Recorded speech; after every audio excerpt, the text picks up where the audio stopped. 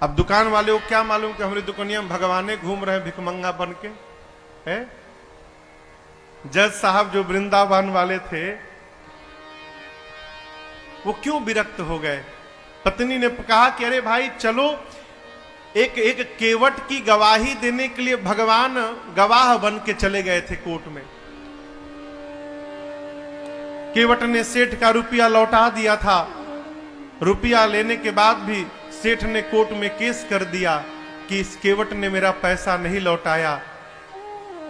जज साहब ने केवट से पूछा कि तुमने रुपया लौटाया तो वहां पर कौन था। केवट बोला 3 लोग थे। कौन? सेठ जी, मैं और मेरे राम जी थे, मेरे रघुनाथ जी थे वहां पर। जज समझा रघुनाथ जी नाम का कोई आदमी होगा। अगली तारीख पर रघुनाथ जी के आने का गवाही देने के लिए सम्मन भिजवा दिया जज साहब ने। अब कोर्ट का संतरी पहुंचा गांव में, केवट जी गांव में, रघुनाथ जी कहां है, रघुनाथ जी कहां है, रघुनाथ जी हो तब न मिले। एक आदमी ने कहा देखो रघुनाथ नाम का आदमी तो नहीं है, रघुनाथ जी का मंदिर एक है जहां केवट रहता है।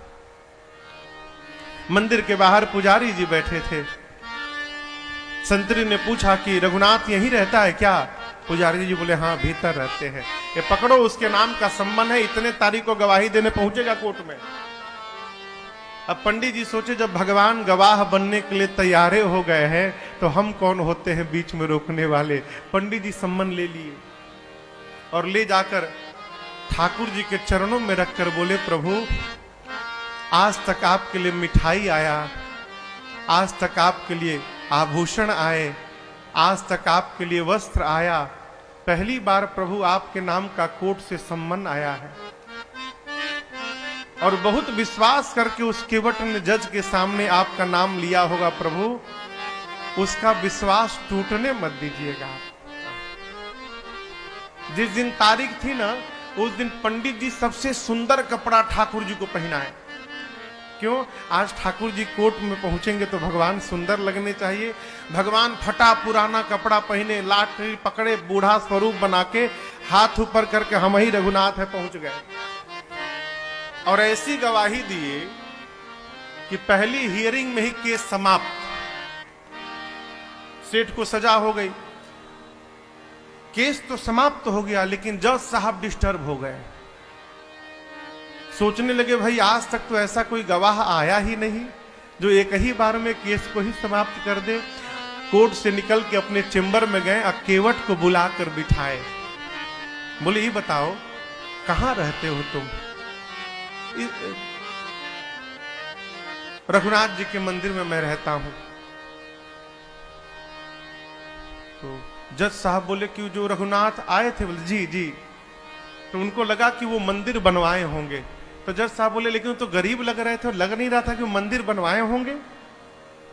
केवट ने कहा प्रभु वो मंदिर बनवाने वाले रघुनाथ जी नहीं थे, मंदिर के भीतर बैठने वाले रघुनाथ जी आए थे।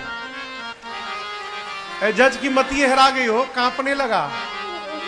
संतरी को बुलाकर बोला सही सही बताना तुमने किसको सम्मन दिया था। बोला सर माफ करिएगा सर, रघुनाथ नाम का आदमी नहीं मिला, रघुनाथ जी का मंदिर था, मंदिर में पुजारी जी को देके चला आया था मैं। तो जो आए थे वही पुजारी, नहीं पुजारी जी ये नहीं थे, दूसरे थे। जज को पूरी बात समझ में आ गई। घर गया और दरवाजा बंद करके जज साहब रोने लगे। पत्नी ने आकर पूछा क्यों रो रहे हो, पूरी बात बताए।